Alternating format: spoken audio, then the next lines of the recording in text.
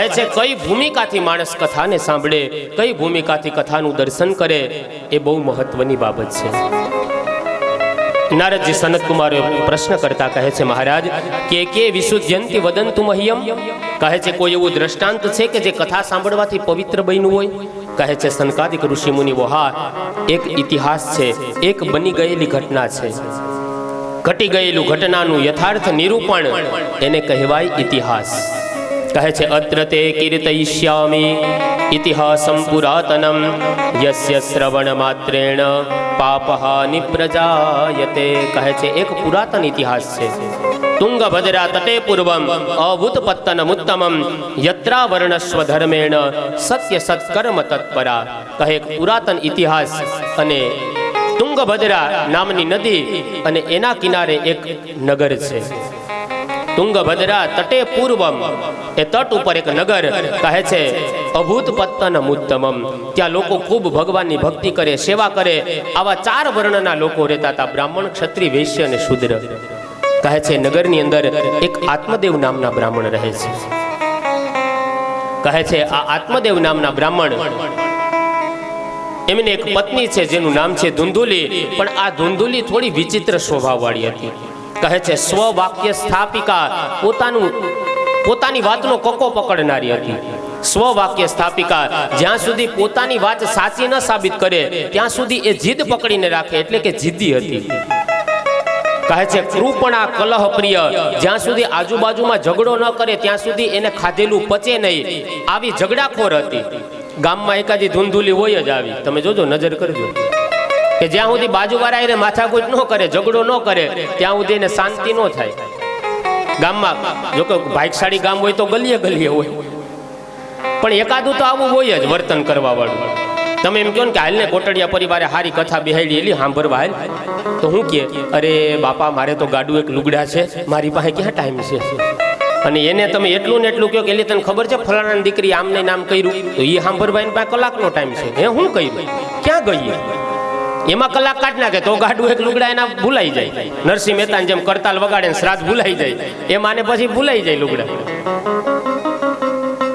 આ બધી ધુંધુલીઓ, જેને કલહ પ્રિયા, જેને લોકોની ઝઘડા, કંકાસમાં, નિંદામાં, આમાં જ જેની રુચિ હોય, સમજી લેવાનું કે ધુંધુલી છે. આમાં ધૂંધળોય પાછો હોય, એવું નહીં ખાલી ધુંધુલી એટલે સ્ત્રીનું જ નામ.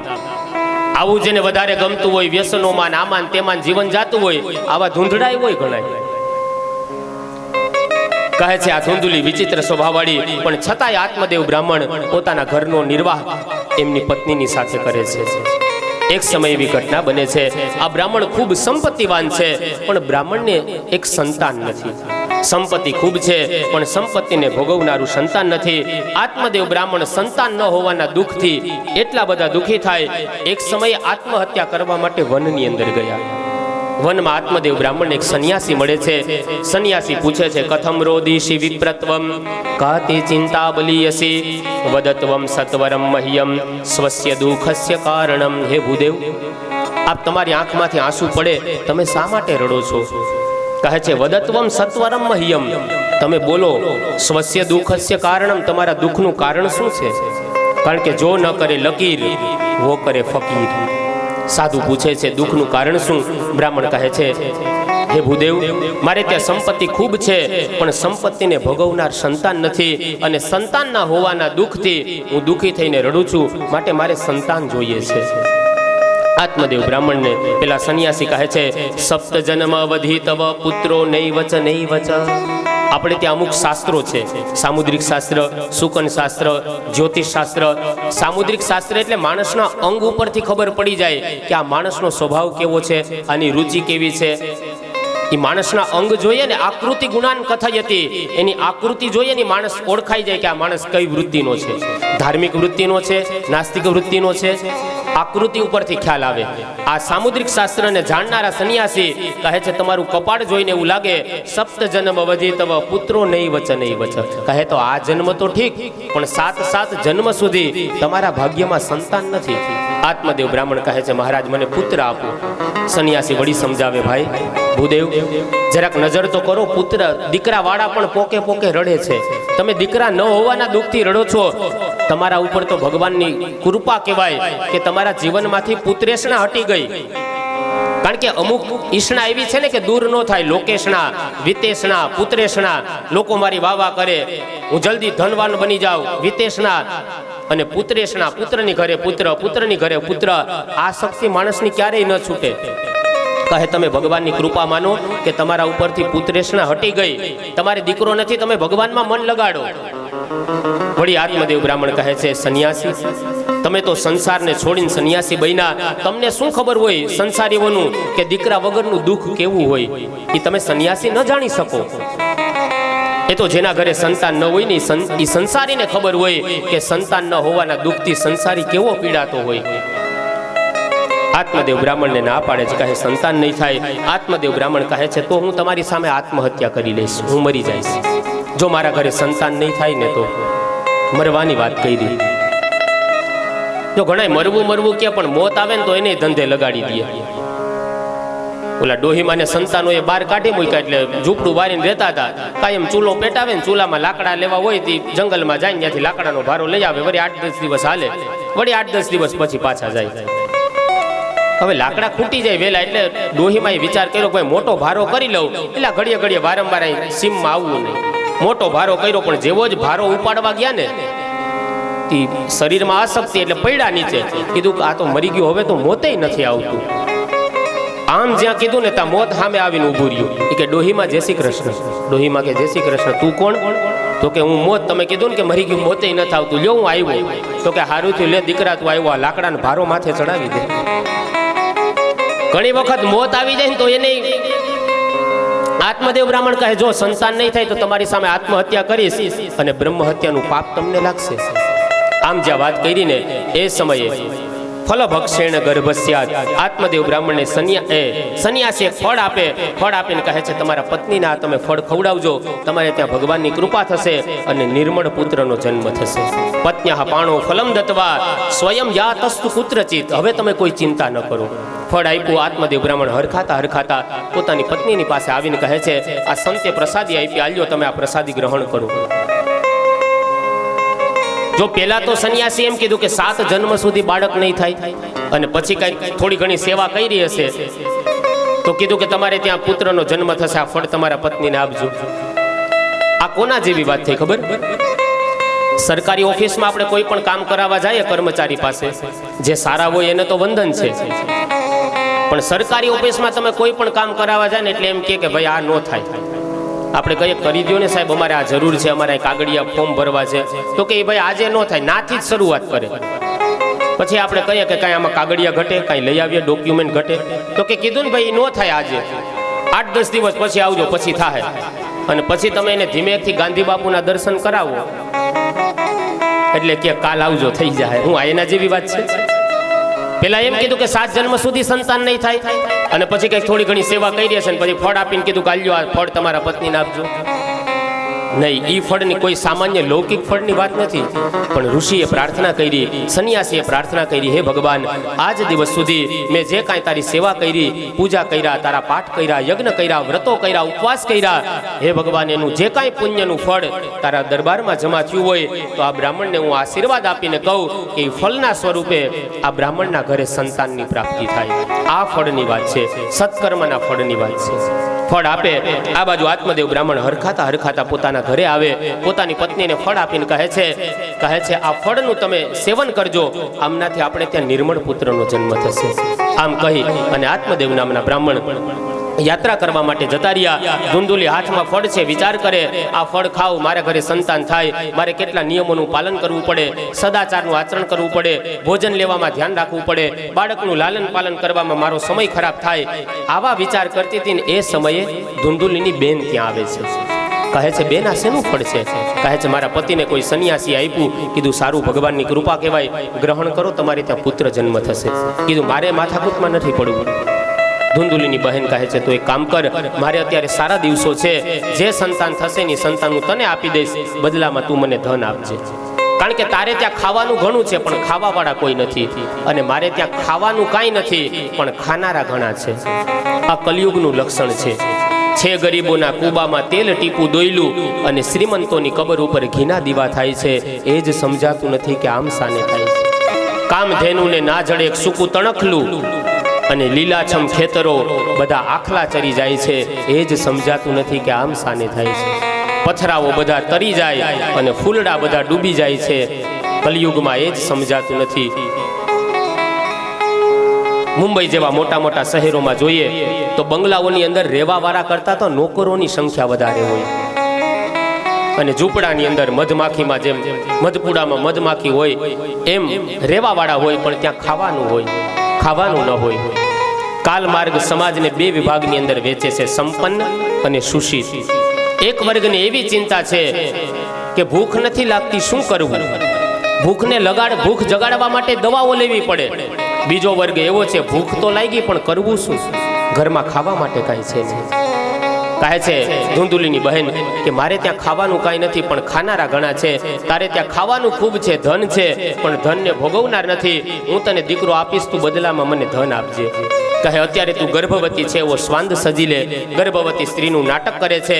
આ બાજુ આત્મદેવ બ્રાહ્મણને ખબર પડી કે મારા પત્નીને સારા દિવસો છે. ખૂબ રાજી થયા, તીર્થોની અંદર દાન પુણ્ય કરે છે. અને એ સમય 9 માસ પરિપૂર્ણ થતા ધુંધુલીની બહેનને ત્યાં પુત્ર પ્રસવ થયો. કોઈને ખબર ન પડે એમ રાત્રિના સમયે ધુંધુલીને ત્યાં આપે છે. ધુંધુલી ગર્ભવતી સ્ત્રીનો સ્વાંદ છોડે, નાટક છોડી નગરમાં આવી જાહેરાત કરી કે મારે ત્યાં સંતાનની પ્રાપ્તિ થઈ. પેલું ફળ હતું, પરીક્ષા કરવા માટે થઈને ગાયને ખવડાવ્યું, અને ગાય પણ એક નિર્મળ પુત્રને જન્મ આપે છે, જેનું નામ રાખ્યું ગોકર્ણ. ગો એટલે ગાય અને કર્ણ એટલે કાન. જેના કાન ગાય જેવા હતા એટલે નામ પડે છે ગોકર્ણ. કહે છે ગોકર્ણ પંડિતો જ્ઞાની ધુંધુકારી મહાખલ. કહે છે બંને ભાઈઓ ધીમે ધીમે મોટા થવા લાગ્યા. બંનેના નામકરણ સંસ્કાર. ગાય જેવા કાન હતા એટલે નામ એના ગુણ ઉપરથી નામ પાડ્યું ગોકર્ણ. ધુંધુલી કહે છે મારા દીકરાનું નામ હું જ પાડીશ. એટલે એણે પોતાનો દીકરાનું નામ ધુંધુકારી રાખ્યું. માં ધુંધુલી અને નામ ધુંધુકારી. અને એ સમયે કહે છે ધુંધુકારી મહાખલ. ધુંધુકારી છે ને એ દુષ્ટ બન્યો છે, પાપી થયો છે. અજાત મૃત મૂર્ખાણામ વરમાદ્યો ન ચાંતિમઃ. કહે છે મૂર્ખ થયો, દિનાંધાનામ પ્રપીડકઃ. કહે છે દીન જનોને, દુખીઓને હેરાન કરે. નાના નાના બાળકો હોય તો એને કૂવામાં ફેંકી દે. આવી રીતના બધાને પીડાવા લાગ્યો. નિયમ છે કે ભૂતાનામ પ્રાણીનઃ શ્રેષ્ઠ પ્રાણીનામ બુદ્ધિજીવિનઃ. કહે છે આ તમામ સૃષ્ટિમાં બધા જ પ્રાણીઓને શ્રેષ્ઠ કીધા છે. પ્રાણીનામ બુદ્ધિનઃ શ્રેષ્ઠ. એ તમામ પ્રાણીઓની અંદર બુદ્ધિશાળી જે જીવ છે ને એને શ્રેષ્ઠ માનવામાં આવે. બુદ્ધિમત્સુ નરઃ શ્રેષ્ઠ. કહે છે બુદ્ધિશાળીઓની અંદર નર એટલે માણસને ઉત્તમ માનવામાં આવે. અને નરેશુ બ્રાહ્મણ સ્મૃતઃ. અને માણસોની નરની અંદર બ્રાહ્મણ વર્ણને શ્રેષ્ઠ માનવામાં આવે. કહે જો બ્રાહ્મણ બનીને બગડે તો ભગવાન એને વધારે સજા આપે. કહે તેને વૈશ્યા કુસંગેન.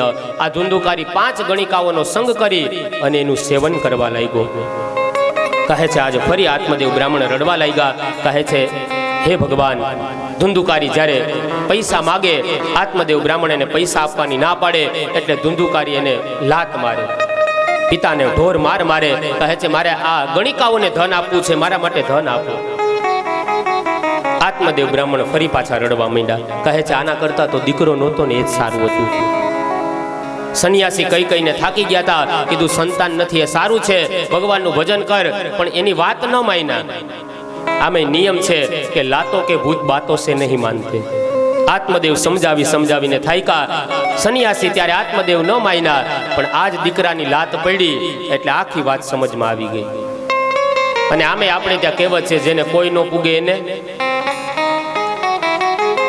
આપણી ગુજરાતી ભાષા છે ને એ દ્વિઅર્થી ભાષા છે. પહેલાના સમયમાં પોસ્ટકાર્ડ લખતા ને, હવે તો જો કે એ લુપ્ત થતું જાય. અત્યારે એમ લખે કે ભાઈ નાથાભાઈ ભૂરાભાઈ, આમ આખું એડ્રેસ લખે. પણ પેલા એડ્રેસ લખતા ને એટલે એમાં ટપાલમાં એમ લખતા કે નાથા ભૂરાને પૂગે. એટલે ટપાલ પૂગે એમ થાય અને કોઈ ન પૂગે એને એનું પેટ પૂગે. આ દ્વિઅર્થી ભાષા છે આપણી ગુજરાતી ભાષા છે ને. એક અર્થના, એક શબ્દના બે અર્થો થતા હોય. એટલે દર્દી ડોક્ટર પાસે ગયા ને એટલે ડોક્ટરે કીધું કે ભાઈ જમાઈ છે કે, એટલે ઓલા દર્દીએ કીધું ભાઈ જમાઈ તો 3 છે પણ એ કોઈમાં હારાવાટ નથી. તો કે એમ નહીં, અનાજ જમાય છે, અનાજ ભોજન જમી હોગો છો. આપણી ભાષા છે ને એ દ્વિઅર્થી ભાષા છે. આત્મદેવ બ્રાહ્મણને સંન્યાસીની વાત ન સમજાણી, પણ આજ જ્યારે દીકરો આવો ગણિકાઓનો સંગ કરે છે, માર મારે છે, ત્યારે ખબર પડી કે આના કરતાં તો દીકરો નહોતો ને એ જ સારું હતું. અને એ સમયે જ્ઞાની પુત્ર ગોકર્ણ મહારાજ આવી પિતાજીને સમજાવે છે, હે પિતાજી, દેહે સ્થિમામ સરુધિરે ભીમતિમ ત્યજત્વમ જાયા સુતાદિસુ સદા મમતામ વિમુંચ પશ્યાનિશમ જગદિદમ ક્ષણભંગ નિષ્ઠ વૈરાગ્ય રાગ રસિકો ભવ ભક્તિ નિષ્ઠ. હે પિતાજી, હાડકા માંસ અને ચામડાથી બનેલા આ શરીરની તમે આસક્તિ છોડી દો, વૈરાગ્ય રાગ રસિક થાવ. જીવનમાંથી પુત્ર પ્રત્યેનો જે આટલો બધો સ્નેહ છે, જે આટલું બધી મમત્વ છે, એ વૈરાગ્યના શસ્ત્રથી મમતાના બંધનને છેદી અને હવે પ્રભુ ભક્તિની અંદર મન લગાડો. આ તમારે અવસર છે. અત્યારે તમે આ માનવ યોનિમાંથી ભગવાન સુધી પહોંચવાની યાત્રા તમે કરી શકશો. પશુ કી હોત પનૈયા નરકા કછું નહીં હોય. પશુ મૃત્યુ પામે ને તો એના ચામડામાંથી પાકીટ બને, પટા બને, પર્સ બને, ઘણી બધી વસ્તુઓ તૈયાર થાય, પણ નરકા કછું નહીં હોય. માણસ મૃત્યુ પામે તો એના ચામડામાંથી કાંઈ ન બનાવે, પણ એક બાર નરકરની કરે તો નરકા નારાયણ હોય. એક વખત જો કંઈક કામ કરી લે એવું તો કહે છે નરથી નારાયણ સુધીની યાત્રા આ માનવ યોનિમાં થઈ શકે. ધારે તો માણસ નરમાંથી નારાયણ થઈ જાય અને બાકી નરમાંથી નરાધમ પણ થાય. કહે છે ભગવાનનું ભજન કરો. અને એ સમયે ગોકર્ણનો ઉપદેશ લાગી ગયો. ત્યારે વૈરાગ્યના શસ્ત્રથી મમતાના બંધનો છેદી અને ભાગવતજીના 10મા સ્કંદનો પાઠ કરતા કરતા એ આત્મદેવ નામના બ્રાહ્મણ એ ભાગવતી મુક્તિને પામે છે. આ બાજુ ગોકર્ણ તીર્થયાત્રામાં જતા રહ્યા. ધુંધુકારી પોતાની માતાને કષ્ટ આપે છે. એક સમયે ધુંધુકારીથી કંટાળી કૂપે પાતઃ કૃતો રાત્રો તેન શા નિધનમ ગતઃ. કહે છે એક સમયે કંટાળી અને અંધારા કૂવાની અંદર જઈ અને એ સમયે ધુંધુલી એ આત્મહત્યા કરે છે. ધુંધુકારી 5 ગણિકાઓનો સંગ કરી અને 5 ગણિકાઓની સાથે રહેવા લાગ્યો. એક સમયે ગણિકાઓએ મનોમન વિચાર કર્યું કે આ ધુંધુકારી રાજાના રાજમહેલમાંથી ધન ચોરી અને આપણું પોષણ કરે, કાલ સવારે રાજા એને પકડશે ને તો આપણને પણ દંડ થશે. માટે કામ કરીએ, ધુંધુકારીને મારી નાખીએ. 5 ગણિકાઓ ભેગી થઈ ધુંધુકારીનું ગળું દબાવે, મુખની અંદર અંગાર નાખી અને ત્યાં ને ત્યાં એને મારી નાખે છે. કામ વાસનાને લઈ અને ધુંધુકારી મરાણો એટલે પ્રેત યોનિમાં ગયો. જીવ અધૂરી વાસનાને લઈ અને મૃત્યુ પામે ને એટલે કહે છે એ જીવ એ પ્રેત બને છે. આ બાજુ રાત્રિના સમયે ગોકર્ણ મહારાજને ખબર પડી. બીજા દિવસે પ્રાતઃકાલે તીર્થયાત્રાની અંદર એમનું શ્રાદ્ધ કરે છે. ગયાજીની અંદર જઈ એમનું શ્રાદ્ધ કરે છે. મારા ભાઈની મુક્તિ થાય એ માટે સંકલ્પ કરી શ્રાદ્ધ કરે. રાત્રિના સમયે ગોકર્ણ મહારાજ જેવા જ ઘરે આવ્યા એટલે પેલો ધુંધુકારી પ્રેતના રૂપમાં ચિત્ર વિચિત્ર રૂપ લેવા લાગ્યો. જ્યારે ચિત્ર વિચિત્ર રૂપ લેતો તો ને એ સમયે ધુંધુકારી સમજી ગયા ગોકર્ણ મહારાજ કે આ કોઈ અવગત્યો જીવ હોય એવું લાગે છે. હાથમાં જલની અંજલી લઈ ગાયત્રી મંત્રનું પઠન કરી જેવું જલ છાંટ્યું એ સમયે પેલો ધુંધુકારી પ્રેતના રૂપમાં એને વાચા ફૂટે છે. ગોકર્ણ પૂછે છે કોણ છો? આ તો જ્ઞાની પુત્ર હતા. કહે છે હું તમારો ભાઈ છું. અહમ ભ્રાતા ત્વદીયોસ્મિ ધુંધુકારીતિ નામત. કહે છે મારું નામ ધુંધુકારી છે. મેં મારા જીવનની અંદર અનેક ગણિકાઓનો શબ્દ, સ્પર્શ, રૂપ, રસ અને ગંધ આ 5 ગણિકાઓનું સેવન કરી મેં ખૂબ પાપ કર્યા છે. એટલા માટે મને આ અધમ યોની મળી. પણ આ પ્રેત યોનીમાંથી મુક્ત થાવ એવો મને માર્ગ બતાવો.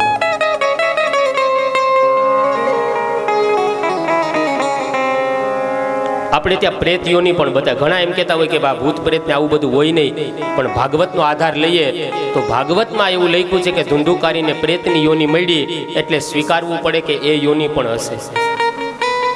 અને આજનું વિજ્ઞાન એની ઉપર સર્ચ કરે છે. અને એટલા માટે જ આપણે ત્યાં નિયમ, કોઈ પણ વ્યક્તિ ગુજરી જાય ને તો એને અગ્નિદાહ આપી દેવામાં આવે. શું કામ? કે માણસને શરીરની આસક્તિ છૂટી જાય ને એટલા માટે થઈને અગ્નિદાહ દે. હવે કોઈ મકાન આપણું સારું હોય, મકાન બળતું હોય તો આપણને એમ થાય ઓહો મારું મકાન બળે, એની અંદર આપણને મોહ રહીએ. પણ જો એ મકાનને કોઈએ તાળું માર્યું હોય તો એમાં મોહ રહીએ કે ક્યારેક મળે. પણ જો એ મકાનને સળગાવી નાખે, પાડી દે, ધરાશાય કરી દે તો પછી નવું બીજું મકાન બનાવવું પડે. એવી રીતના આ દેહ પણ મકાન છે. આ દેહમાંથી જ્યારે જીવ છૂટે ને એમ વિચારે આવો સારો દેહ છોડી દેવાનો.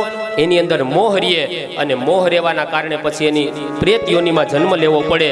પણ એ મોહનો નષ્ટ કરવા માટે આપણે ત્યાં અગ્નિદાહ દેવામાં આવે.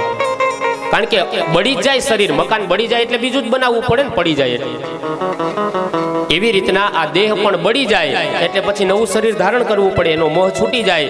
એટલા માટે થઈને આપણે ત્યાં અગ્નિ સંસ્કારનો નિયમ છે. અને પ્લેન ચેટ નામના વૈજ્ઞાનિક આજે પણ નેટ ઉપર સર્ચ કરી લેવાની છૂટ. પ્રેત યોની ઉપર એણે રિસર્ચ કર્યું કે અમુક ધર્મની અંદર, અમુક જ્ઞાતિઓની અંદર આજે વધારે પ્રેત જોવા મળે છે. ત્યાં એણે જ્યાં લોકોને દાટી દેવાના જ્યાં જગ્યા હોય ને, ત્યાં એમણે એવું મશીન મૂકેલું, અને મશીનની અંદર એવો અવાજ, જે સૂક્ષ્મ અવાજને કેચઅપ કરે, એ મશીન જ્યારે મૂક્યું જ્યાં લોકોની લાશો દટાટી હોય, ત્યાંથી એવો ધ્વનિ કેચઅપ થયો કે અમને બચાવો, અમને બચાવો, અમને મુક્ત કરો, કારણ કે પ્રેત યોનીમાં જીવ ભટકે છે. પ્લેનચેટ નામના વૈજ્ઞાનિકે આખું રિસર્ચ કર્યું છે. ધુંધુકારી પ્રેત બને છે. એ સમય ગોકર્ણ મહારાજ કહે છે, મેં તો તમારું ગયાજીમાં જઈને શ્રાદ્ધ કર્યું, તમારી મુક્તિ નથી થઈ. કહે છે, ગયા શ્રાદ્ધ સતે નાપી મુક્તિર્મેન ભવિષ્યતિ. કહે છે, ગયાજીમાં એક નહીં, સત એટલે 100 વખત શ્રાદ્ધ કરશો ને, કહે છે મારી મુક્તિ નહીં થાય, કારણ કે હું બ્રાહ્મણ બનીને બગડેલો જીવ હતો. કહે છે, તો તમારી મુક્તિ કેમ થાય? કહે, તમે તો જ્ઞાની છો, હે ભાઈ, તમે જ મારી મુક્તિનો માર્ગ બતાવો. અને એ સમયે આકાશની અંદર સૂર્યોદય થયો. સૂર્યનારાયણ ભગવાનને અર્ઘ્યના દાન આપી અને ગોકર્ણ મહારાજ સૂર્યનારાયણ ભગવાનને પ્રશ્ન કરે છે. શ્રી કહે છે, હે સૂર્યદેવ, 100 ગયા શ્રાદ્ધથી જેમની મુક્તિ ન થાય, એ જીવની મુક્તિ માટેનો મને માર્ગ બતાવો.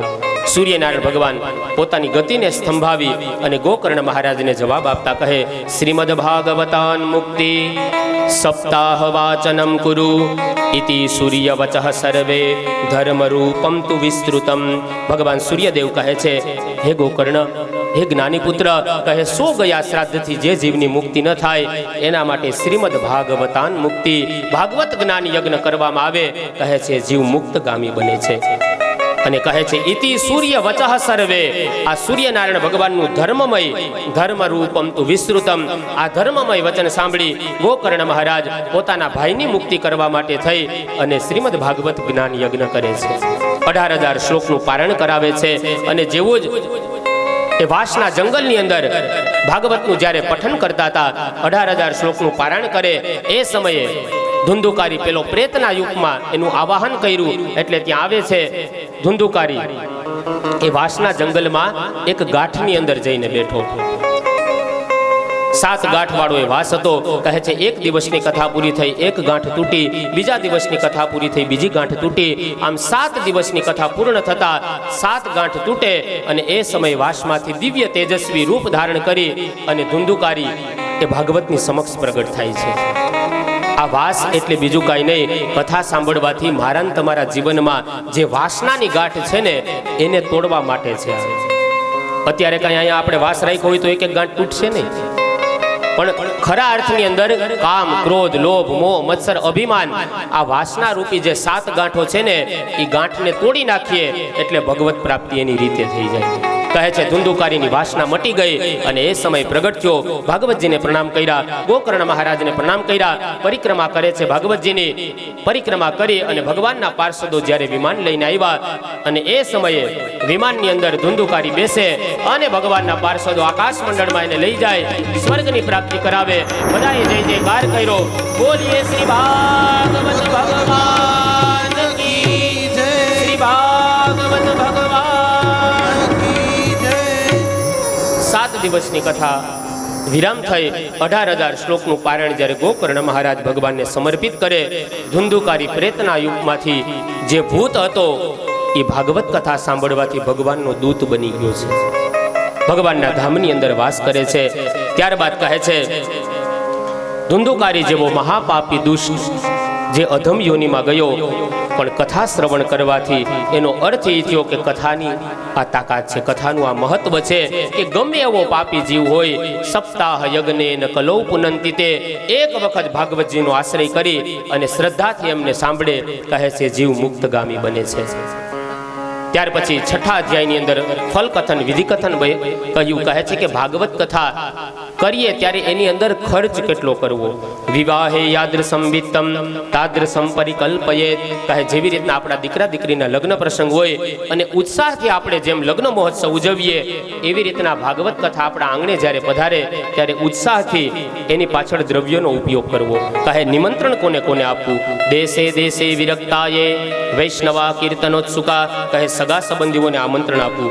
જે વૈષ્ણવ હોય, જેને કથા બહુ વાલી હોય, જેને કીર્તન કરવું બહુ ગમતું હોય, આવા લોકોને ખાસ કથામાં ઉપસ્થિત રાખવા. કહે તીર્થે વાપી વને વાપી ગૃહે વા શ્રવણમ મતમ. કહે છે કથા કઈ જગ્યાએ કરવી, એનું સ્થળ કયું. કહે છે તીર્થે વાપી. સગવડતા હોય તો તીર્થ સ્થળની અંદર જઈને કથા કરવી. વને વાપી. કહે એ ન બની શકે તો કોઈ એવું એકાંત વન હોય એ વનની અંદર કથા કરવી. કહે છે એ શક્ય ન હોય તો ગૃહે વાપી, પોતાના ઘરને આંગણે કથા કરવી. પણ કહે છે કથા એવી જગ્યાએ કરવી જેથી કરીને કથા દ્વારા કોઈને તકલીફ ન થાય અને એમના દ્વારા કથાની અંદર વિક્ષેપ ન પડે. આવી ભૂમિકા ઉપર બેસીને કથા કરવી.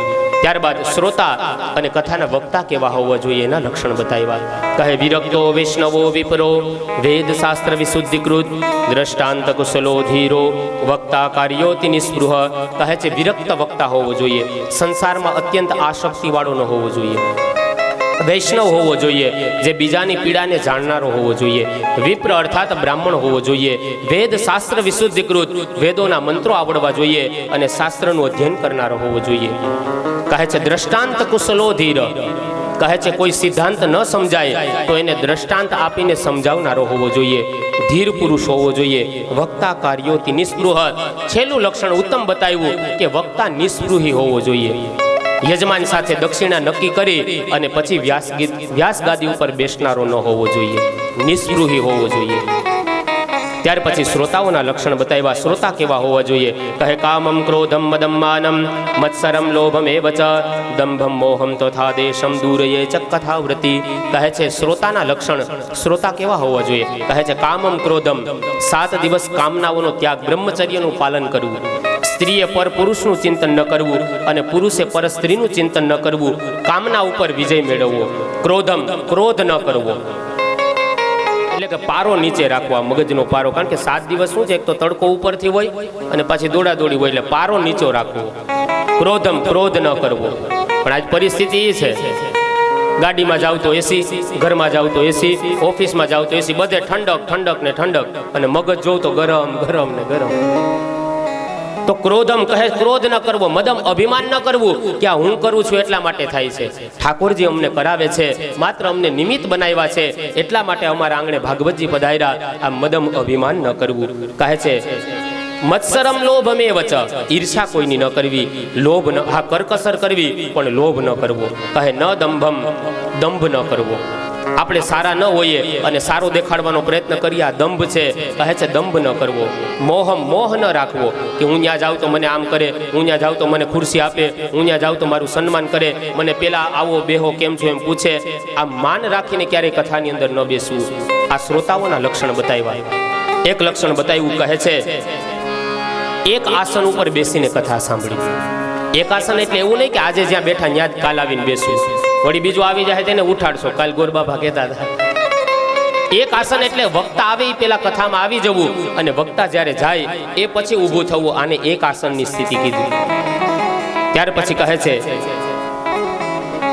દૂર યે ચ કથાવૃત્તિ. કહે છે આટલી બધી બાબતોને આપણે દૂર રાખવી. કામ, ક્રોધ, લોભ, મોહ, મત્સર અને અભિમાન ને ઈર્ષા, આ બધી વસ્તુને છોડવી. હવે વિચારો, આ બધી વસ્તુ આપણને દેખાતી નથી, છતાંય છોડવાની વાત ભાગવતકાર કહે. આ કેમ છૂટે? પણ કલિયુગમાં થોડુંક અપડેટ આવ્યું છે કે આ બધી વસ્તુ તો કદાચ સૂક્ષ્મ રૂપે આપણી અંદર રહેશે, પણ છોડવું શું? તો કે અત્યારે આધુનિકતા પ્રમાણે મોબાઈલ છોડવો. ઘણા કથાની અંદર મોબાઈલ લઈને બેઠા હોય. આ હું બગીચામાં બેઠા, ફેસબુક છોડવું, વોટ્સએપ છોડવું. હવે ખરેખર છોડવાની આ વસ્તુ છે, નિયમ આના પાડવાની જરૂર છે. ભાગવતજીની એક મર્યાદા હોવી જોઈએ. તો આ બધી વસ્તુનો હવે ખરેખર ત્યાગ કરવાની જરૂર છે. તો શ્રોતાઓના પ્રકાર બતાવ્યા. 3 પ્રકારે આમ તો શ્રોતા છે. એક કનિષ્ઠ શ્રોતા, એક મધ્યમ શ્રોતા અને એક ઉત્તમ શ્રોતા. ઉત્તમ પ્રકારનો શ્રોતા કોને કહેવાય? કે જેને કથાથી મતલબ હોય, એને વક્તા હારે લેવા દેવા ન હોય, એને પરિવાર હારે લેવા દેવા ન હોય, એને માત્ર ને માત્ર કથાથી મતલબ હોય કે વ્યાસ ગાદી ઉપરથી જે કથા ગવાય છે એ મારા ઘરે બિરાજેલા જે સ્વરૂપ ઠાકોરજી છે એમની કથા ગવાય છે, માત્ર એને એના સાથે મતલબ હોય, એટલે એ કથામાં જ ધ્યાન આપે, બીજી કોઈ વાતમાં એને. આને ઉત્તમ પ્રકારનો શ્રોતા કહેવાય કે જે સતત કથાને ગ્રહણ કરે, જે છોડવાનું હોય એ છોડી દે, જે સારું સારું હોય ને ગ્રહણ કરી લે, આ ઉત્તમ પ્રકારનો શ્રોતા. બીજો શ્રોતાનો પ્રકાર બતાવ્યો મધ્યમ. કથાની અંદર આવે, કથા સાંભળે, સાંભળ્યા પછી આચરણમાં કાંઈ ન ઉતારે, ખાલી સાંભળી લે કે ભાઈ કથા કરી છે, આપણને આમંત્રણ છે, હાલો જઈ આવીએ, નહીં જાય તો ખોટું લાગશે, આવી ભાવનાથી આવે એને મધ્યમ શ્રોતા કીધો છે, કે જે માત્ર સારું લગાડવા આવે. ત્રીજો શ્રોતાનો પ્રકાર બતાવ્યો છે કનિષ્ઠ. શ્રોતા આવે કથામાં બેસે, કથા સાંભળે નહીં, ભૂયલું કાઢવા આવે. આ વ્યાસપીઠ આમ રાખી હતો, આ હોલમાં રાખ્યો એના બદલે ગ્રાઉન્ડમાં રાખ્યો હતો, આ ભોજનમાં આ રાખ્યો તેના બદલે આ રાખ્યું, આમ ભૂયલું કાઢે. આને કનિષ્ઠ શ્રોતા કીધો છે. આમ તો ભાગવતની ભાષામાં કહીએ તો કનિષ્ઠ, આપણી તળપદી ભાષામાં કહીએ તો નવરી બજાર. એનો બસ આ જ ધંધો હોય, એ આવું જ ગોઈતે રાખતો હોય કે અહીંયા કોનું આમ થયું, એ તરત પકડી લે. પાંચ સારી ઓલી થઈ હોય એ ન પકડે કે ભાઈ આવડું સરસ આયોજન કર્યું, આવી સારી વ્યવસ્થા કરી, ઉનાળામાં શરબતની વ્યવસ્થા રાખી, આ ન ગોતે, પણ ભૂલ ક્યાં છે એ તરત પકડે. આ કનિષ્ઠ શ્રોતા છે. આવી રીતના શ્રોતાઓના વક્તાઓના ગુણધર્મ બતાવ્યા. ત્યાર પછી કહે છે કથાની અંદર એક પ્રશ્ન ઉપસ્થિત થાય કે યજમાનોએ ફલાહાર કરવું કે પછી ભોજન લેવું.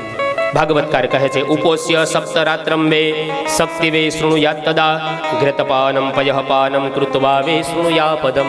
કહે છે 7 દિવસની કથા સાંભળતી વખતે ઘૃતપાનમ, કહે છે જો શક્ય હોય તો 7 દિવસ ઘીનું પાન કરીને કથા સાંભળવી, એ શક્ય ન હોય તો પયઃપાનમ, કહે દૂધનું પાન કરી પછી કથા સાંભળવી, એ ન હોય શક્ય તો કહે છે ફલાહારેણ, ફળનો આહાર, ઋતુ પ્રમાણેના જે ફળ હોય એ ફળનો આહાર લઈ અને પછી કથા સાંભળવી. કહે છે એ શક્ય ન હોય અને શરીર કાંઈ રોગોથી પીડાતું હોય, ઔષધિ કાંઈ દવા ચાલુ હોય, કહે છે ભોજનમ તું વરમ મન્યે, એક સમય ભોજન ગ્રહણ કરી અને પછી કથા સાંભળવી. આવી રીતના ભાગવત ધર્મનું, ભાગવત કથા કરાવનાર વ્યક્તિ માટેના આવા નિયમો બતાવ્યા. તો મહાત્મ્ય રૂપી પુષ્પ ઠાકોરજીને અર્પણ કરી અને પ્રથમ સ્કંદની અંદર મંગલ પ્રવેશ કરીએ. ઇતિ શ્રી પદ્મ પુરાણે ઉત્તરખંડે શ્રીમદ ભાગવત મહાત્મ્ય તત્સત શ્રી રાધા કૃષ્ણ ચરણ કમલાર્પણમસ્તુ. શ્રી ભાગવત ભગવાન કી જય. મહાત્મ્ય રૂપી પુષ્પ ભગવાનના યુગલ ચરણારવિંદની અંદર અર્પણ કરી પ્રથમ સ્કંદની અંદર મંગલ પ્રવેશ કરીએ. प्यारे वल्लभ की जय, प्यारे विठ्ठल की जय, प्यारे वल्लभ की जय, प्यारे विठ्ठल की जय, प्यारे वल्लभ की जय, प्यारे विठ्ठल की जय, प्यारे वल्लभ की जय, प्यारे विठ्ठल की जय. बोलो यमुने महारानी की जय, बोलो यमुने महारानी की जय, प्यारे वल्लभ की जय, प्यारे विठ्ठल की जय, प्यारे वल्लभ की जय, प्यारे विठ्ठल की जय, प्यारे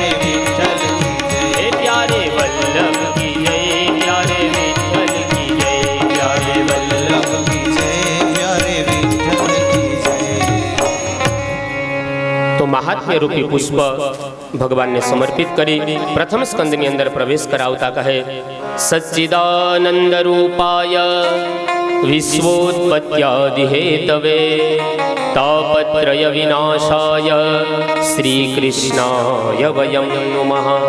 કહે છે પ્રથમ સ્કંદ એ ભગવાન કહે છે ભાગવતકાર કે એ અધિકાર લીલા છે. દરેક સ્કંદને એક એક નામ આપવામાં આવ્યું છે અને ભાગવતના 12 સ્કંદ એ શ્રીનાથજી બાબાના 12 અંગો તરીકે કલ્પિત થયેલા છે. એક એક સ્કંદનું અધ્યયન કરતા જવાનું અને એક એક ઠાકોરજીના અંગોનું આપણે દર્શન કરતા જવાનું છે. તો કહે છે ભાગવતનો પ્રથમ સ્કંદ એ અધિકાર લીલા છે. પ્રથમ સ્કંદની અંદર ભાગવતકાર 880 શ્લોક બતાવ્યા છે. 19 કહે છે 19 અધ્યાયથી કલ્પિત થયેલો આ પ્રથમ સ્કંદ છે. ભાગવતકાર કહે છે આ ભાગવત એ પરમહંસોની સંહિતા છે.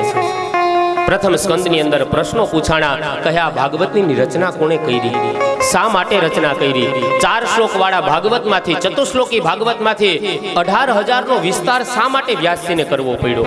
કહે જે નિર્ગુણમાં નિરાકાર જે નિર્ગુણની અંદર નિષ્ઠા રાખનારા છે, જે નિરાકારમાં નિષ્ઠા રાખનારા છે, આવા પરમ યોગી એવા સુખદેવજી મહારાજે શા માટે પરીક્ષિતને 7 દિવસ કથા સંભળાવી.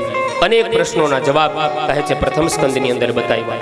કહે પાંડવોના વંશજ એવા રાજા પરીક્ષિતે શા માટે 7 દિવસ ગંગાના ઘાટ ઉપર રાજગાદી સત્તા સંપત્તિનો ત્યાગ કરી અને આ કથાને શા માટે સાંભળી.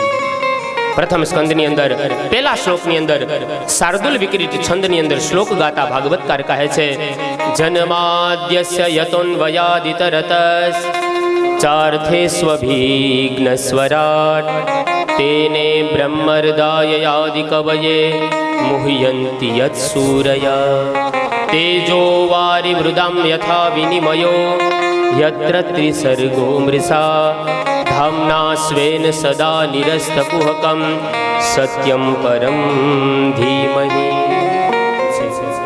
કોઈ પણ ગ્રંથ હોય ને એ ગ્રંથની અંદર 3 પ્રકારે મંગલાચરણ કરવામાં આવે. પેલામાં પેલું ગ્રંથના આરંભે વ્યાસજી મહારાજે 3 વખત મંગલાચરણ કર્યું, પણ 3 વખત સત્યની વંદના કરી છે. ગ્રંથના આરંભમાં મંગલાચરણ છે વેદ વ્યાસજીનું, ગ્રંથના મધ્યની અંદર સુખદેવજીનું મંગલાચરણ છે અને ભાગવતજીના અંતે ગ્રંથ જ્યારે વિરામ થાય ત્યારે સૂતજી મહારાજનું મંગલાચરણ છે. કહે છે માણસના જીવનની પણ આ 3 અવસ્થા છે, બાલ્ય અવસ્થા, યુવા અવસ્થા અને વૃદ્ધાવસ્થા. આ 3 અવસ્થાની અંદર મંગલાચરણ જરૂરી છે. જેનું આચરણ મંગલ હોય એવા ભગવાનને યાદ કરી અને દિવસની શરૂઆત કરીએ, આને મંગલાચરણ કીધું છે. જેમ જીવનની 3 અવસ્થા છે એમ માણસના 24 કલાકની પણ 3 અવસ્થા છે, સવાર, બપોર ને સાંજ. આ 3 સમયે ભગવાનને યાદ કરી અને પછી આપણે લૌકિક ક્રિયાઓ કરવી, એને પણ ભાગવતકાર મંગલાચરણ કહે છે. જેની બાલ્ય અવસ્થા મંગલમય બને એની યુવાની મંગલમય હોય, જેની યુવા અવસ્થા મંગલમય હોય સમજી જવું કે એની વૃદ્ધા અવસ્થા પણ મંગલમય બને, અને જેની વૃદ્ધા અવસ્થા મંગલમય હોય એનું મૃત્યુ આપોઆપ મંગલમય બને. તો મૃત્યુને સુધારવા માટે થઈ અને ધર્મના સંસ્કારો બાળપણથી જ આપવા જોઈએ. નાનપણથી ધર્મના સંસ્કાર એ મંગલાચરણની અવસ્થા છે. દિવસની શરૂઆત થાય એટલા માટે આપણા મહાપુરુષોએ ત્રિકાળ સંધ્યા નામ આપ્યું છે કે 3 સમય ભગવાનને યાદ કરવા. સવારે વહેલા ઉઠીએ, સ્નાન કરીએ, જે ભગવાનને, જે ઠાકોરજીને, જે ઈષ્ટને માનતા હોય એની સેવા પૂજા પાઠ કરીએ ને આ દિવસનું પ્રથમ મંગલાચરણ છે. બપોરે જ્યારે ભોજન કરવા બેસીએ, થાળીમાં અનાજ આવે ત્યારે 2-5 મિનિટ જે પ્રભુને આપણે માનતા હોય ભગવાનને યાદ કરી અને પછી મુખમાં કોળીઓ પધરાવીએ. આ મધ્યાહનનું મંગલાચરણ છે. રાત્રે જ્યારે સુવા જઈએ, ઓશિકા ઉપર માથું મૂકીએ ત્યારે જે ભગવાનને માનતા હોય વળી ભગવાનનો આભાર વ્યક્ત કરી અને પછી નિદ્રાધીન થવું જોઈએ. અને કઈ સૂતા ભેગી આપણને ઓશિકે માથું મૂક્યા ભેગી આપણને નિંદર આવી જાય એવા આપણે બધા કોઈ ભાગ્યશાળી છીએ નહીં કે સીધા પથારીમાં ગયા ભેગી જ ઊંઘ આવી જાય.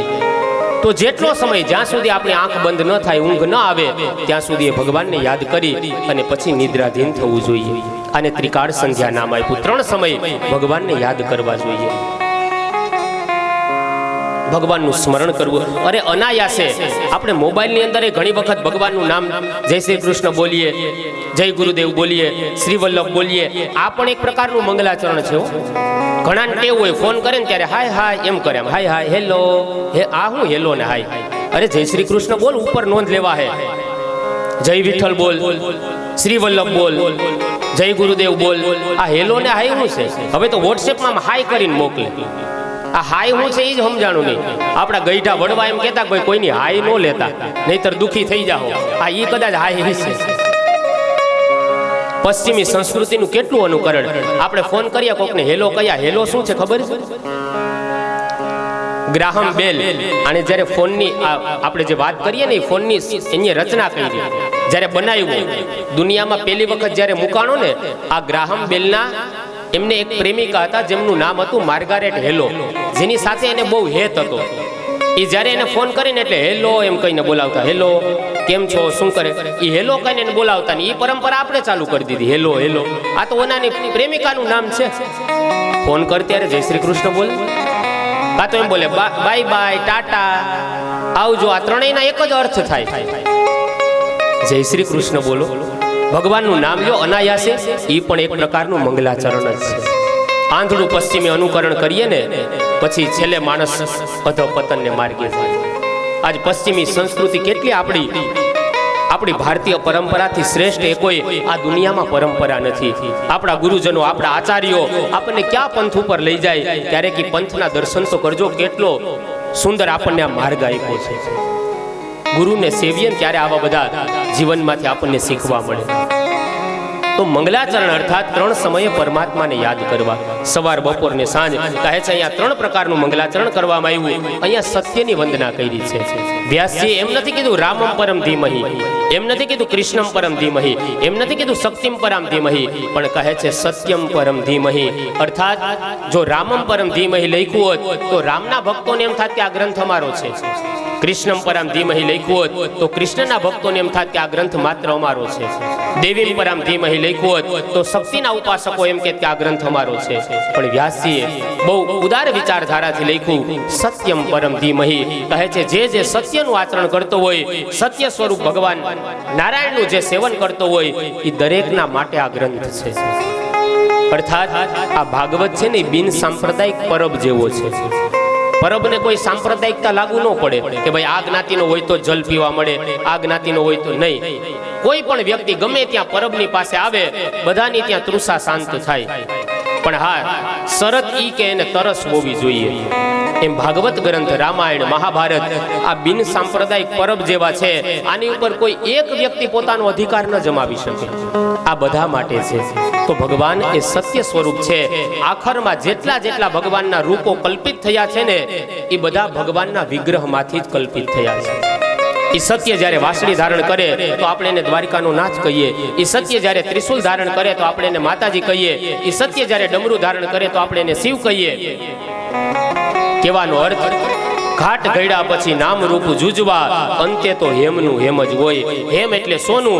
સોનાની લગડીમાંથી જેમ અલગ અલગ ઘાટ બનાવવામાં આવે, કોઈ એને વીટી કે, કોઈ એને ચેન કે, કોઈ એને મંગળસૂત્ર કે, પણ આખરમાં એ બધી વસ્તુ ઓગાળી અગ્નિ ઉપર એને તપાવીએ, આખરમાં થાય તો સોનું. એમ ઈશ્વરના આ બધા અલગ અલગ રૂપો છે, પણ આખરમાં સત્યમ પરમ ધીમહિ, સત્ય છે જ ભગવાનનું સ્વરૂપ છે. અને એટલા માટે થઈ અને વ્યાસજી મહારાજ અહીંયા સત્યની વંદના કરે છે. કહે છે નૈમિષે નિમિષ ક્ષેત્રે ઋષય સૌનકાદય સત્રમ સ્વર્ગાય લોકાય સહસ્ત્ર સમમાસરે. કહે છે સ્વર્ગની કામનાથી, વૈકુંઠ ધામની કામનાથી ઋષિ મુનિઓ નૈમિષારણ્ય નામની ભૂમિકાની અંદર દિવ્ય જ્ઞાન યજ્ઞ કરીને બેઠા છે. એ સમયે કહે છે સૌ પ્રથમ 6 પ્રશ્નો કરે છે. સૌનકાદી ઋષિ મુનિઓ સૂતજી મહારાજને 6 પ્રશ્ન કર્યા. પેલો પ્રશ્ન કરતા કહે છે તત્ર તત્રાંજસાયુષ્મન ભવતામ યદ વિનિશ્ચિતમ પુંસામેકાંતતઃ શ્રેયસ તન્નઃ સંસિતુમર્હસી. કહે છે તમે અમને એ બતાવો કે આ કલિયુગની અંદર હે મહારાજ લોકો પ્રમાદી થયા, ઓછી સમજવાળા થયા, માણસનું પરમ કલ્યાણ કેવી રીતના થાય. તત્ર જસાયુષ્મન કહે છે જીવ માત્રનું કલ્યાણ કેમ થાય એનો માર્ગ બતાવો. પ્રાયણ અલ્પ આયુષ્ય કહે છે તો લોકો ઓછું આયુષ્ય વાળા થયા, ભોગવાદી જીવન બન્યું, પ્રમાદી જીવન થયું. કહે છે આ બધા માણસનું કલ્યાણ કેમ થાય એ બતાવો. પછી કહે છે દરેક શાસ્ત્રનો સાર શું છે. આટલા બધા વેદ, પુરાણ, ઇતિહાસ ગ્રંથો, મહાભારત, આટલા બધા ષડ દર્શન ગ્રંથો બતાવ્યા, તો આને વાંચવાનો માણસ પાસે સમય ક્યાં છે એટલો બધો? તો દરેક શાસ્ત્રોનો સાર શું છે એ સાર અમને પીવડાવો. કારણ કે આયુષ્ય ઓછું થયું. પેલા 100 વર્ષ જીવતા તો કહેતા ભાઈ ભાગ્યશાળી કહેવાય કે 100 વર્ષ કાઢ્યા. અત્યારે 70 કે 80 વર્ષે ગુજરી જાય એટલે તરત કે ભાઈ ભાગ્યશાળી જીવ છે, આટલા વર્ષ તો જીવા. તો પ્રાયણ અલ્પ આયુષ્ય, એક તો માણસના આયુષ્ય ઓછા થયા, એમાં મોટા ભાગનો સમય નાનપણની અંદર ખેલકૂદમાં જતો રહીએ. થોડા યુવાન થાય તો નોકરી ધંધામાં, અર્થ ઉપાર્જનમાં જતો રહીએ. થોડા મોટા થાય પત્નીને બાળકોને પ્રેમ આપવામાં જતો રહીએ. થોડો સમય વૃદ્ધાવસ્થામાં શક્તિ વિનાનું શરીર હોય, તો આયુષ્ય ઓછું છે, ગ્રંથો વધારે છે. આ બધા શાસ્ત્રનો સાર શું છે એ અમને પીવડાવો. મોટા ભાગનો સમય વિષય ભોગમાં જતો રહીએ. જેટલા દિવસ છે એટલી રાત્રિ છે. તો કહે છે માણસના જિંદગીનો ચોથો ભાગ એ તો માણસનો ઊંઘમાં જતો રહીએ. બીજી પ્રવૃત્તિની અંદર માણસનો સમય પસાર થાય. એક માણસ 80 વર્ષ જીવે અને દરરોજ 90 સેકન્ડ બ્રશ કરે ને, ખાલી 90 સેકન્ડ. 80 વર્ષ જીવે ને 90 સેકન્ડ સુધી તમે 80 વર્ષનો સરવાળો કરો એટલે 120 દિવસ તો બ્રશ કરવામાં વયા જાય, ખાલી બ્રશ કરવામાં. પછી અરીસા સામે કેટલો ટાઈમ જાય એ નક્કી ન કરી શકાય અહીંથી વ્યાસપીઠ ઉપર. એ તો આ બાજુ માવડિયુંને પૂછો કે અરીસા સામે એની ગણતરી ન થાય માવડિયું અરીસા સામે જે ટાઈમ જાય. પ્રાયણ અલ્પ આયુષ્ય, કહે છે માણસ ભોગવાદી જીવન બન્યો. આ સમય બધો આમનો વેડફાય, તો બધા શાસ્ત્રોનો સાર શું છે એ સાર મને પીવડાવો. ત્રીજો પ્રશ્ન કરે મહારાજ, તમે તો દરેક પુરાણોના જાણનારા છો, તો વસુદેવ અને દેવકીને ત્યાં ભગવાન પ્રગટ થયા, તો જે લાલાની લીલાનો લાભ દેવકી અને યશોદાને મળવો, દેવકી અને વસુદેવને મળવો જોઈએ, એ લીલાનો લાભ સીધો યશોદા મહારાણીને કેમ મળ્યો? પ્રસૂતિની પીડા તો દેવકીએ ભોગવી, 9 મહિના કષ્ટ તો એમણે સહન કર્યું, જેલની અંદર એમણે જેલ ભોગવી. તો જે લીલાનો લાભ દેવકીને, ઠાકોરજીને સ્તનપાન કરાવવાનો એ પ્રેમ એને મળવો જોઈએ, એના બદલે યશોદાને કેવી રીતના મળ્યો? કહે છે રહસ્ય સમજાવો. ચોથો પ્રશ્ન કર્યો, ભગવાને ક્યાં ક્યાં અવતારો લીધા અને અવતાર દરમિયાન ભગવાને કેવી કેવી લીલા કરી એ કથા કહો. ભગવાન કૃષ્ણ સિવાયના અન્ય ક્યાં ક્યાં અવતારો થયા? છઠ્ઠો પ્રશ્ન કરતા કહે, ગૃહી યોગેશ્વરે કૃષ્ણે બ્રહ્મણ્યે ધર્મવર્મણી સ્વામ કાષ્ઠા મધુનોપેતે ધર્મ કમ શરણમ ગતઃ. કહે છે ભગવાન જ્યાં સુધી આ ધરાધામ ઉપર હતા ત્યાં સુધી તો ભગવાન ના શરણે ધર્મ હતો, પણ ભગવાન જ્યારે આ ધરાધામને છોડીને જતા રહ્યા એ પછી ધર્મ કોના શરણે ગયો? આ બધા જ પ્રશ્નોના જવાબ આપો. એ જવાબની અંદર સુંદર મજાનું 24 અવતારો યુક્ત એવું ભાગવત કથા કહેવા માટે સૂતજી તૈયાર થયા. પણ એ પેલા હમણાં કંઈક દાદાને ઈચ્છા છે કે હમણાં મને વ્યાસપીઠ ઉપર કહેવા આવ્યા હતા કે મારે થોડું ઘણું વાત કરવી છે અવતારોની. દાદાને તમારે કંઈક કેવું છે ને? અત્યારે કેવું છે? હે અત્યારે સમય છે તો અત્યારે જ કહી દો ને, પછી એટલે કંઈક અવતાર ચરિત્રો બાબતે કંઈક દાદા કહેવા માગે છે. તો એ કે મારે 15-20 મિનિટ જોશે, તો આપણી કથાને આપણે અહીંયા વિરામ આપીએ. જે કંઈ દાદા કહેવા માગે છે એ સાંભળીએ, અને ત્યાર પછી એક કોટડિયા પરિવારનો એક આગ્રહ છે કે બધાએ અહીંયા ખાસ ભોજન પ્રસાદ, આમ તો આને જમવાનું ન કહેવાય પણ પ્રસાદ કહેવાય, કારણ કે ભાગવતજીના પટાંગણની અંદર બેસી અને જે લઈએ ભગવાનનો મહાપ્રસાદ કહેવાય. તો કોટડિયા પરિવારનો એક આગ્રહ છે કે બધાએ અહીંયા ભોજન લઈ અને પછી જ ઘરે પ્રસ્થાન કરવાનું છે. 2 મિનિટ ભગવાનનો થાળ ગાય અને ત્યાર પછી આપણે દાદાને કંઈક કહેવા માંગે છે.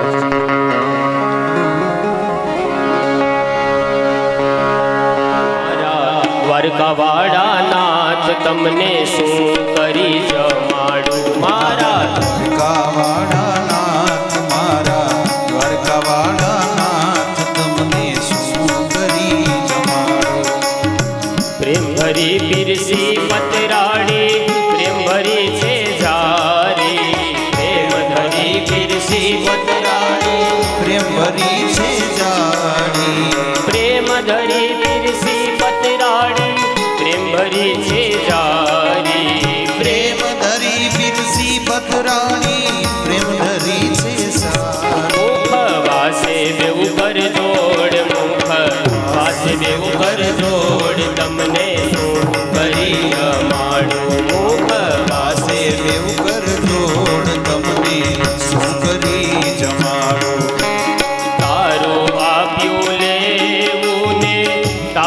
દીધું દેવું તારું આપ્યું લેવું ને તારું દીધું દેવું તારું આપ્યું લેવું ને તારું દીધું દેવું તારું આપ્યું લેવું ને તારું દીધું દેવું આમાં મારું નહીં તલવાર આમાં મારું નહીં તલવાર તમને શું કરી જમાડું આમાં મારું નહીં તલવાર આમાં મારું નહીં તલવાર તમને શું કરી જમાડું હે મારા દ્વારિકાવાળા નાથ મારા દ્વારિકાવાળા નાથ તમને શું કરી જમાડું તમને શું કરી જમાડું હે તમને શું કરી જમાડું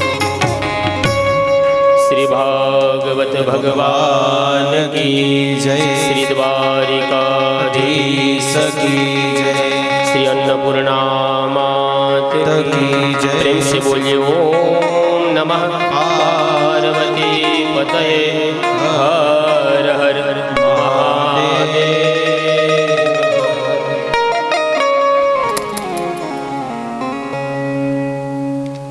श्री गुरु चरण सरोज रज निज मन मुकुर सुधार वरणो रघुपति विमलय जोदायक फलता बुद्धिहीन तनु जान के सुमरो पवन कुमार बोल बुद्धि विद्या देव मोहि हर હું કલે સ્વીકાર। હવે પૂજ્ય શાસ્ત્રીજીની સાનિધ્યમાં શાસ્ત્રીજીને મારે પરીક્ષા દેવી છે, પરિણામ જે આવે તે। પણ મારા મગજમાં એમ હતું કે કોઈ સારા માણસને પાસે હું મારી ખાતરી કરાવી લઉં। ભગવાને 24 અવતારનો અવતાર ચરિત્ર રચ્યું છે, ભગવાને 24 અવતાર લીધા છે, એ કથા આપણે આવશે। એમાં 15મો અધ્યાય ભૂલતો ન હતો, હરિ અવતાર છે। હરિ અવતાર ભગવાને શા માટે લીધો? આપણે કહેવત છે કે કોઈ સુખી માણા હોય વગર વાકે કે દંડાઈ જાય છે, એવો ઇતિહાસ છે। દ્રાવણ દેશનો રાજા ઇન્દ્રધુમન નામનો રાજા રાજ કરતો હતો, અને એમના ગુરુએ એને શીખવાડ્યું હતું કે જ્યારે તમે ભોજન કરવા બેહો, આહાર લેવા બેહો, ત્યારે શાંતિ જોઈ, ભોજન કરી અને જ્યારે ભોજન કરો ત્યારે આ શાંતિ જોઈ, અને ભગવાનને ધ્યાન ધરવું ત્યારે શાંતિ જોઈ।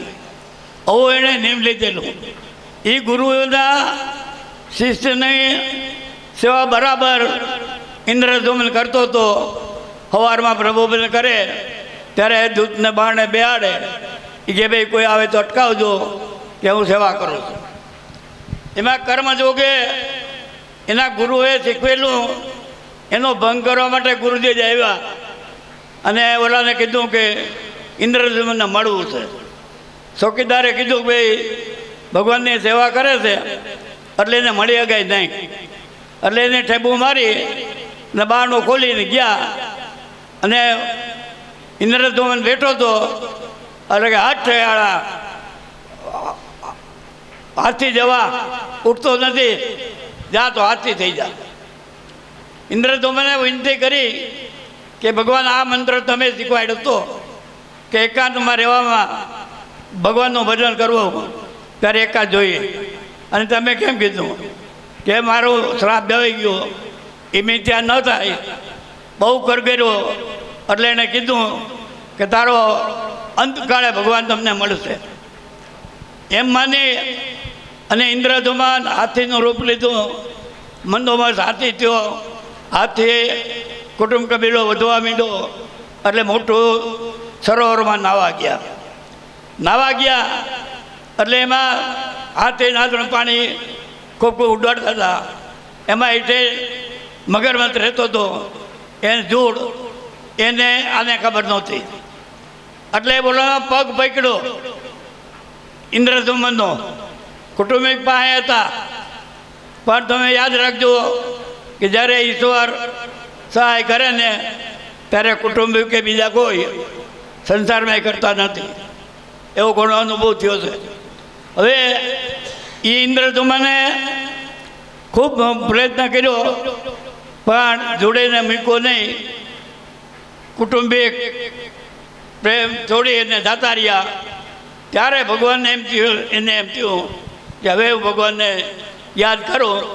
ત્યારે ઇન્દ્ર ધુમને હાથીથી પ્રભુને પ્રાર્થના કરી, ઈત્રા એવા રણ વિહાલ કરતાર કરો રક્ષા કૃપાલ આનંદ યજોરો મને ઉભારો કરે રાજ હરે હરે પુકારો. હરે હરિનો પુકાર કર્યો ત્યારે કવિએ લખ્યું કે ભગવાન શું કરતા હતા કે સૈયદ સૈયન કમલા સમીન નિંદ્રાવત હે કરુણા નિધાન.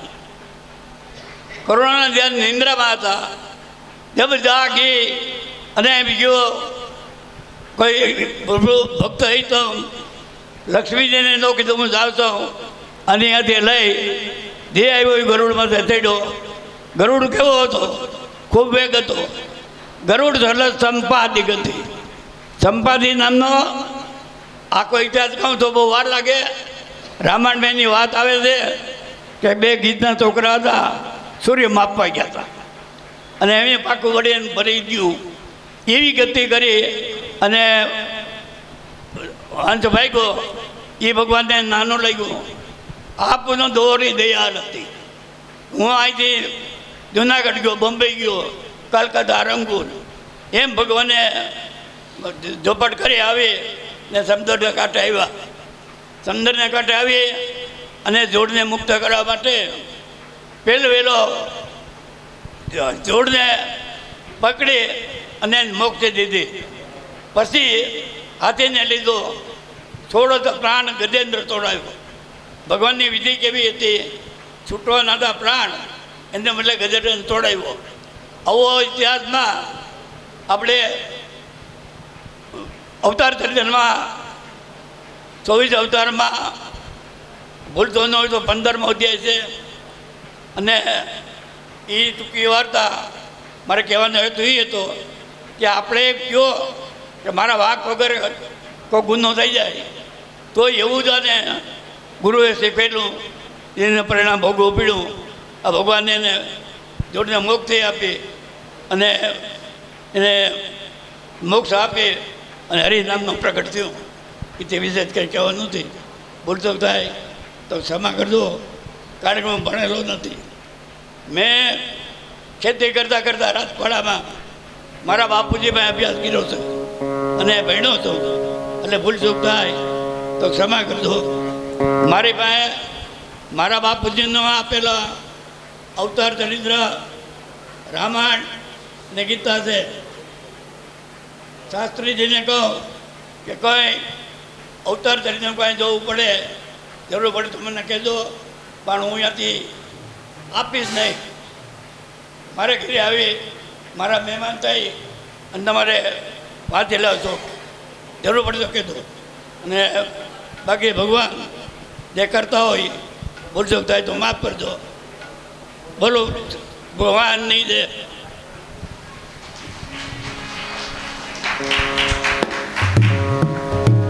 શ્યામ બનવારી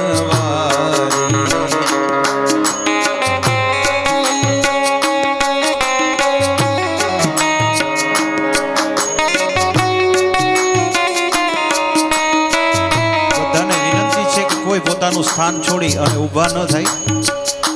કોઈ પોતાનું સ્થાન છોડી અને ઊભા ન થાય થોડી વાર માટે. જય જય રાધા માધવ ગિરધારી શ્યામ બનવારી.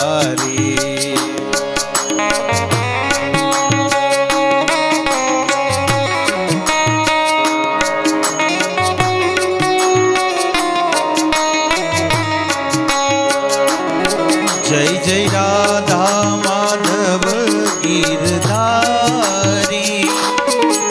ગિરધારી શ્યા